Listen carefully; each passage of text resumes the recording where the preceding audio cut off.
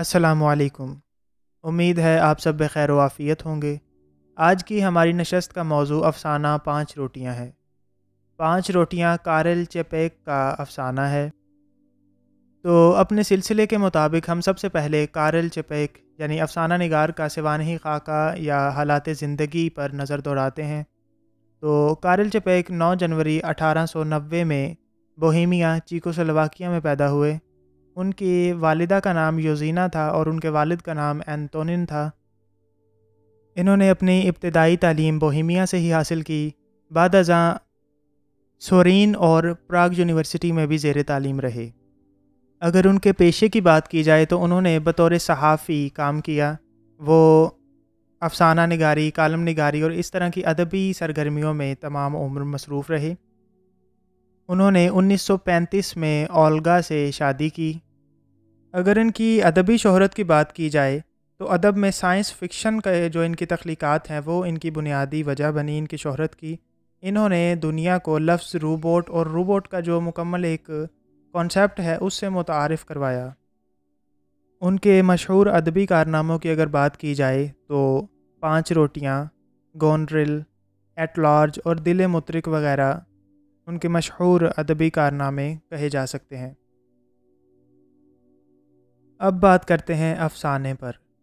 تو افسانے کا نام پانچ روٹیاں ہے۔ اس کا ترجمہ مشہور مترجم محمد سلیم الرحمن نے کیا ہے۔ یہ افسانہ بنیادی طور پر حضرت عیسیٰ سے منسوب ایک معجزے یا واقعے پر مرکوز ہے، لیکن اس واقعے کو کارل چیپیک نے بڑی ہی چابک دستی اور اچھی اور خوش اسلوبی سے اس کو نئے انداز میں ڈالا ہے۔ یعنی ہم کہہ سکتے ہیں کہ اس مکمل واقعے کو ایک نئے انداز سے انہوں نے بیان کر دیا ہے۔ اس کے ذریعے وہ معاشرتی رویے اور لوگوں کے آپسی رویے اور مذہب کی طرف ان کا جو انٹینشنز ہیں اس سب کو انہوں نے بے نقاب کرنے کی کوشش کی ہے۔ بنیادی طور پر یہ ایک نانبائی اور اس کے پڑوسی کے درمیان ہونے والی گفتگو ہے۔ اس کو ہم مکالمہ بھی نہیں کہہ سکتے، کیونکہ مکالمے میں دونوں جو فریق ہوتے ہیں ان کا بنیادی طور پر دونوں کا موجود ہونا ضروری ہوتا ہے، لیکن اس کو ہم بنیادی طور پر یک طرفہ تقریر ہی کہہ سکتے ہیں نانبائی کی، کیونکہ اس میں صرف اور صرف اول تا آخر وہی بولتا جاتا ہے، جبکہ جسے وہ مخاطب ہے اس شخص کو بولنے کا موقع نہیں ملتا۔ تو اس کو ہم ایک یک طرفہ تقریر کہہ سکتے ہیں۔ اس میں بنیادی طور پر اس کا اگر خلاصہ دیکھا جائے تو کچھ یوں ہے کہ ایک نانبائی اپنے پڑوسی سے بات کرتا ہے عیسیٰ کے متعلق، یعنی یسوع جو ہیں ان کے متعلق کہ وہ فلاں ہیں، اس کی جو تعلیمات ہیں، اس کا جو انداز ہے، اس کی جو شخصیات ہیں وہ بہت متاثر کن ہے۔ ہر شخص جو ان کو سن رہا ہے وہ ان سے بہت متاثر ہو رہا ہے، اور اپنی وہ بات کرتا ہے کہ بذات خود جب ان کی باتیں میں نے سنی، وہ کہتا ہے کہ اپنے پڑوسی سے اچھا سلوک کرو اور یعنی نیکیاں کرو، وہ اچھی اچھی تعلیمات بتاتا ہے۔ تو میں خود اس کے ساتھ میرا دل چاہا کہ میں اپنی جو دکان ہے اس کو بند کر کے اس کے پیچھے پیچھے چلوں، جس طرح باقی لوگ اس کی اطاعت میں اس کے پیچھے پیچھے چلنا شروع ہو گئے، تو میرا بھی بذات خود یہی جی چاہا کہ میں بھی اس کی پیروی کرنا شروع کر دوں۔ تو میں تو بال بال بچا اس کا مرید ہونے سے۔ علاوہ ازیں وہ جو کرامات یا معجزے وہ دکھا رہا ہے، وہ بیماروں کو شفا یاب کر دیتا ہے، وہ بیمار سے بیمار لوگوں کو چٹکیوں میں بالکل تندرست کر دیتا ہے، جن کے بارے میں یہ جو رومی حکیم ہے اور عطائی ڈاکٹر ہمارے پاس ہیں وہ ہاتھ کھڑے کر دیتے ہیں، وہاں آ کر بھی وہ صرف چند ایک باتوں میں معجزاتی طور پر ان سب کو ٹھیک کر دیتا ہے۔ تو ان سب امور پر وہ جو نانبائی ہے وہ اس سے بہت متاثر، یعنی یسوع کی تعلیمات اور اس کی شخصیت اور اس کی خدمات سے بہت متاثر نظر آتا ہے۔ لیکن آگے جو بات آتی ہے کہ وہ کہتا ہے کہ اس کا جو 5 روٹیوں والا اس نے کام کیا ہے نا، وہ اس پر تمام نانبائی جو ہیں وہ سراپا احتجاج ہیں، اور وہی وجہ ہے کہ میں بھی اس کے خلاف ہوں۔ تو اس واقعے کے بارے میں پھر وہ بیان کرتا ہے کہ وہ جو واقعہ ہے وہ ہوا کچھ یوں کہ چند لوگ اس کے پاس تھے، یعنی ایک قافلے کی شکل میں اس کے پیچھے جا رہے، تو شام ہو گئی، تو اس کے جو حواری ہیں انہوں نے کہا کہ ان کو اب واپس جانے کی اجازت دی جائے، لیکن انہوں نے کہا کہ نہیں، ان کو یہاں روکا جائے اور ان کو کھانا دیا جائے۔ تو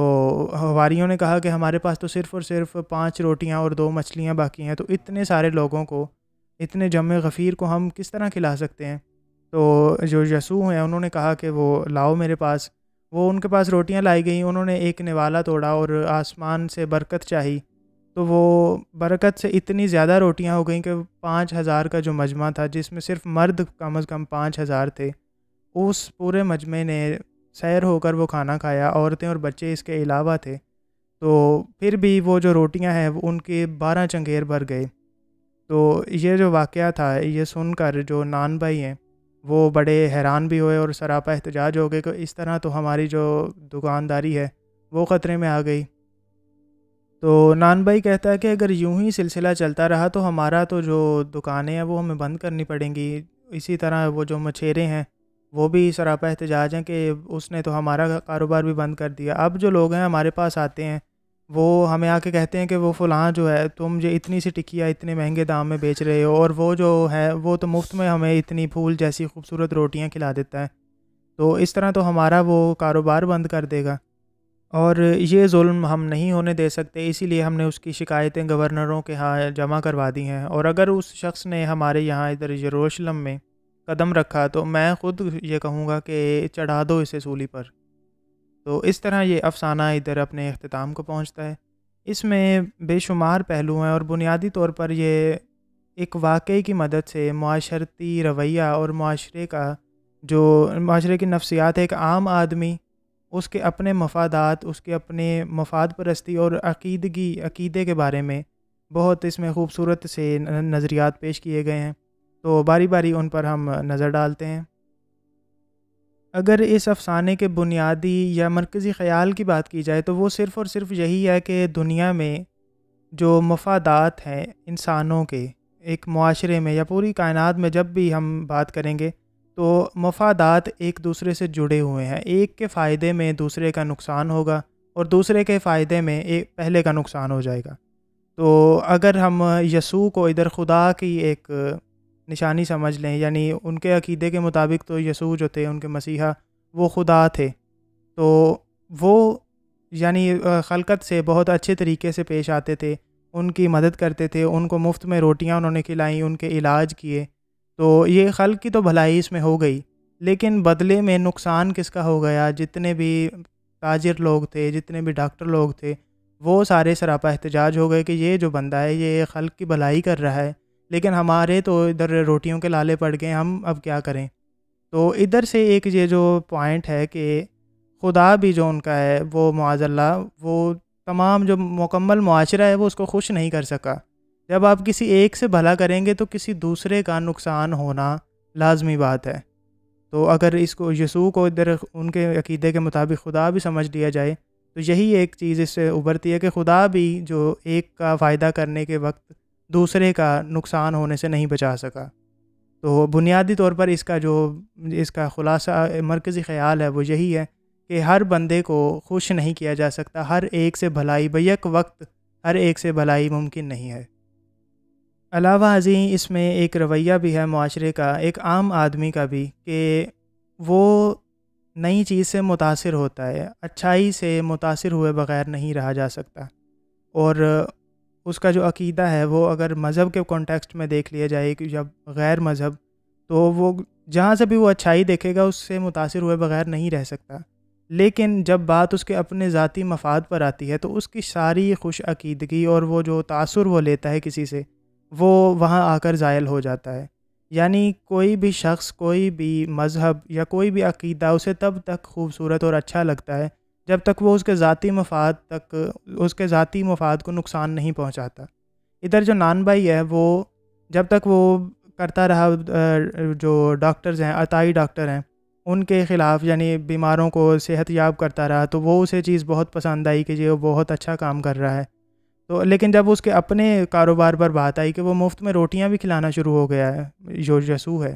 تو ادھر آ کر وہ اس کے خلاف ہو گیا۔ ادھر آ کر اس کی ساری خوش عقیدگی اور اس سے جو جتنا بھی متاثر ہوا تھا، شروع میں وہ کہتا ہے کہ میں اس کا مرید ہونے تک میں نے سوچ لیا تھا، لیکن اس کی یہ جو حرکت ہے اس نے آ کر مجھے سوچنے پر مجبور کر دیا، یہ ہم پر ظلم اس نے یعنی کیا ہے۔ تو انسان جو ہے، انسان ایک معاشرے کا ایک عام فرد یا اوورآل معاشرہ، اس کی نفسیات بالکل ایسی ہی ہے کہ جب تک کوئی بھی شخص، کوئی عقیدہ، کوئی مذہب اس کے اپنے مفادات کے خلاف نہیں ہے تب تک وہ اس کو بڑھ چڑھ کر اس کا پرچار بھی کرے گا، اس کو پسند بھی کرے گا، لیکن جو ہی وہ اس کے اپنے ذاتی مفادات کی طرف آ جائے گا، اس کے ذاتی مفادات کے خلاف ہونا شروع ہو جائے گا، تو وہ اس چیز کو ناپسندیدگی کی طرف لے جائے گا، اس چیز سے نفرت کرنا شروع ہو جائے گا۔ اگر سب سے آخری پیراگراف اس میں دیکھا جائے تو اس میں جو الفاظ ہیں کہ اگر اس نے یروشلم میں قدم رکھا تو میں خود کہوں گا کہ چڑھا دو اسے سولی پر چڑھا دو، تو ادھر سے جو ایک تاثر ابھرتا ہے وہ یہی ہے، جو چیز وہ کہنا چاہتے ہیں ادھر افسانہ نگار کارل چیپک، وہ یہی ہے کہ یسوع کو سولی پر چڑھایا گیا، اس میں ہر ایک فرد کا اپنا اپنا حصہ تھا، یعنی ہر ایک فرد نے اپنے مفادات کے لیے اپنے، جس طرح اب یہ نان بھائی تھا تو اپنے مفاد کے لیے، اپنے نان بھائیوں کے مفاد کے لیے یہ اس کے خلاف ہو گیا یسوع کے۔ وہ جو دوسری طرف اگر ان ڈاکٹرز اور طبیبوں کو دیکھا جائے تو وہ بھی اپنے مفادات کے لیے اس کے خلاف تھے یسوع کے، تو یہ تمام جو لوگ تھے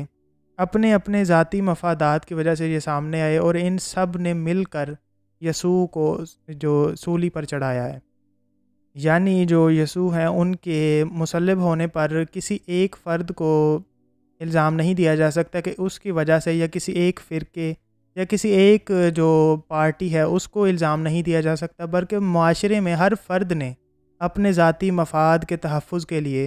وہ جو ایک مسیحا تھا اس کو صلیب پر چڑھا دیا۔ یہ ادھر بنیادی ان کے کہنے کا مطلب تھا کارل چیپیک کے۔ بنیادی طور پر اتنی باتیں جو ہیں وہ کافی ہیں۔ یہ چونکہ ان کے عقیدے کے مطابق ہے، ہم اس کو معجزہ بھی نہیں کہہ سکتے کیونکہ ہمارے پاس کوئی سند نہیں ہے اس چیز کی، تو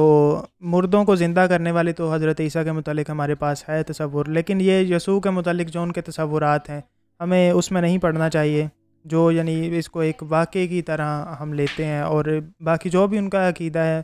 ہمارا تو ماننا یہ ہے کہ حضرت عیسیٰ کو صلیب پر نہیں چڑھایا گیا، سولی پر نہیں چڑھایا گیا تھا، بلکہ اللہ تعالیٰ نے ان کو اپنے پاس اپنی رحمت سے بلا لیا تھا، قرآن سے یہ ثابت ہے۔ تو ہمیں ان کے عقیدے سے الجھنے کی ضرورت نہیں ہے، جو یعنی جس کانٹیکسٹ میں انہوں نے بات کی ہے ہم اس کانٹیکسٹ میں ہم نے ادھر چند ایک جو معروضات ہیں وہ پیش کر دیے۔ یہ بنیادی اس میں نکات تھے۔ اب ہم بڑھتے ہیں اس کے فنی مطالعے کی طرف۔ تو اس کے اگر پلاٹ کی بات کی جائے تو اس میں کوئی منظم اور واضح پلاٹ نہیں ہے، یہ صرف ایک یک طرفہ تقریر آپ اس کو کہہ لیں، یا ایک مکالماتی افسانہ کہہ سکتے ہیں اس کو، جس میں ایک شخص جو ہے وہ دوسرے سے مخاطب ہے، لیکن دوسرے کا جو ایک ڈائیلاگ بھی اس میں موجود نہیں ہے، یعنی ایک یک طرفہ تقریر قسم کا یہ ہے۔ اس میں چند ایک واقعات جو ہیں وہ آپ پلاٹ میں بیان کر سکتے ہیں۔ پلاٹ بالکل سادہ ہے، اور اس میں ذیلی پلاٹ بھی کوئی کسی قسم کا موجود نہیں ہے۔ علاوہ ازیں اگر کرداروں کی بات کی جائے تو اس میں کردار نگاری بھی کسی قسم کی موجود نہیں ہے، کسی کردار کے بارے میں کوئی خاص جو ہے وہ اس میں ہمیں بتایا نہیں گیا۔ ایک نان بھائی ہے، وہ اپنے پڑوسی سے بات کر رہا ہے، اب وہ پڑوسی کیسا ہے، نان بھائی کیسا ہے، اس کے بارے میں کوئی ہمیں انفارمیشن اس میں نہیں دی گئی۔ اس کے بعد اگر ہم مکالمہ نگاری کی بات کریں تو یہ بنیادی طور پر ہے ہی مکالمہ، تو اس میں ایک جو فرد ہے جو مخاطب ہے اسی کا مکالمہ ہے، اور اسی مکالمے کے ذریعے اس پورے افسانے کو ہمارے سامنے پیش کیا گیا ہے۔ اس کے علاوہ منظر نگاری اور جزیات نگاری کی اگر بات کی جائے تو اس میں چونکہ یہ مکالمہ ہے تو مکالمے کے اندر جو وہ انہوں نے واقعہ بیان کیا ہے اس میں یہ آپ چند ایک باتیں کر سکتے ہیں۔ اس کا اسلوب جو ہے وہ اسلوب یا ٹیکنیک کی اس کی اگر بات کی جائے تو یہ مکالماتی افسانہ ہے، یعنی ایک مکالمے کی شکل میں مکمل یہ ہمارے سامنے انہوں نے اپنا افسانہ پیش کر دیا ہے۔ تو فنی طور پر اس میں کچھ زیادہ چیزیں موجود نہیں ہیں۔ وحدت تاثر کی اگر بات کی جائے تو وہ اس میں بہت قوی اور مناسب قسم کا ہے۔ ایک نشست کے اندر اندر یہ چند منٹوں میں ختم ہونے والی کہانی ہے، اور اپنا یہ دیر پا اثر بھی چھوڑتی ہے۔ تو فنی لحاظ سے یہی چند ایک چیزیں تھیں۔ فکری جو چند ایک معروضات ہم نے اوپر پیش کیے وہ تھے۔ امید ہے کہ ویڈیو پسند آئی ہوگی۔ انشاءاللہ اگلی نشست میں اگلے افسانے بابل میں قرآن اندازی کے ساتھ حاضر ہوں گے۔ خدا حافظ۔